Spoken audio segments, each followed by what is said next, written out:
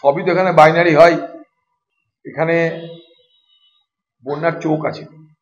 বন্যা যে চোখ দিয়ে দেখে, তাতে তৃণমূল বাদ দিয়ে সব যে বাড়িগুলো আছে সেগুলোতে জল ঢোকে, সেগুলোকে তো ভেঙে দেওয়া হয়। বাংলায় সর্বস্তরের মানুষ আছে ক্ষতিগ্রস্ত, কিন্তু ত্রাণটা দেওয়া হবে সরকারের পক্ষ থেকে। সেখানেও চলছে লুটপাট, চুরি চামারি। তার জন্য কথাটা বললাম যে দিদি বাংলার বন্যারও চোখ করে দিয়েছে, যে যা বন্যা ভাঙবে, যা বন্যায় ক্ষতিগ্রস্ত হবে, সব তৃণমূলের লোক দেবে, কোনো তৃণমূলের লোককে খাতির করে। আর বাকি যারা আছে তাদের কিছু দরকার নেই। আর প্রত্যেকবার যখন বন্যা হবে, দিদি একটা সেই পুরনো তত্ত্ব, ম্যানমেড বন্যা। আমি বলি এটা ম্যানমেড না, ওম্যান মেড বন্যা। কারণ একটাই, জল ধারণের ক্ষমতা সব নদীতে কমে গেছে। সেই জল ধারণের ক্ষমতা বাড়ানোর চেষ্টা করা হয় না।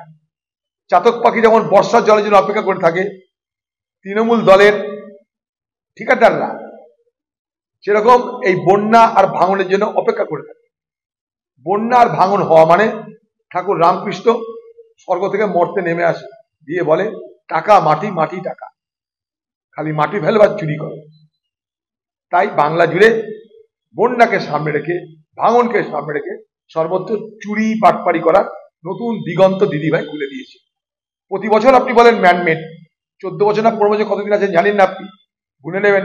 প্রত্যেক বছরে আপনি বলেছেন ম্যানমেড বন্যা। যদি ম্যানমেডই হয় তাহলে আপনি কিসের জন্য আছেন? আমি বলবো এটা ম্যানমেড না, আপনি আপনার ব্যর্থতা ঢাকার জন্য এটা এই যুক্তির অবতারণা করেন। উল্টে আমি বলতে চাই এটা ওম্যান মেড বন্যা। বাংলা টুডে নাও।